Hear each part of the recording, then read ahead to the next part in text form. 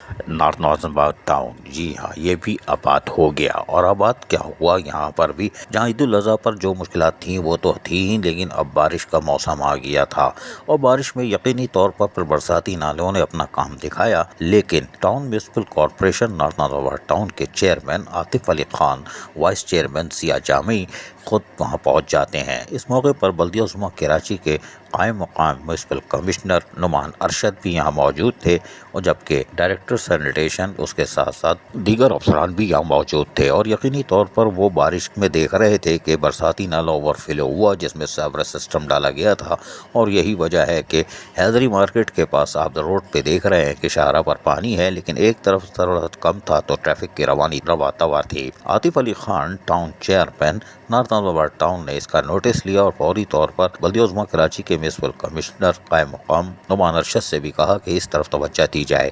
تاہم vice chairman Zia جامی ہو یا town کے دیگر افسران، انہوں نے لوگوں کی خدمت کرنی تھی اور یہی وجہ تھی کہ کاموں کا آغاز کر دیا تھا۔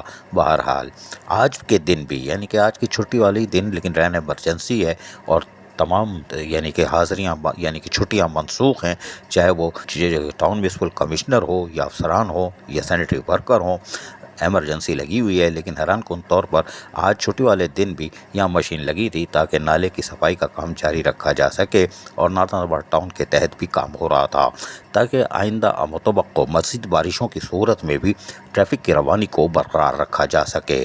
Atif Ali Khan town chairman north نازم یا ضیاء جامی وائس چیئرمین اپنے افسران کے ہمراہ کوشش کر رہے ہیں کہ لوگوں کو بلدیاتی سہولتیں پہنچائی جائیں، اور یقینی طور پر وہ اس میں کامیابی بھی دکھائی دے رہے ہیں۔ عزیز عارف، KBS بلدیاتی نیوز کراچی۔ ایسی ہی خوبصورت ویڈیوز فیوچر میں حاصل کرنے کے لیے ریڈ بٹن پر کلک کر کے اور بیل آئیکن کو پریس کر کے ہم سب کے سبسکرائبر بننا مت بھولیے۔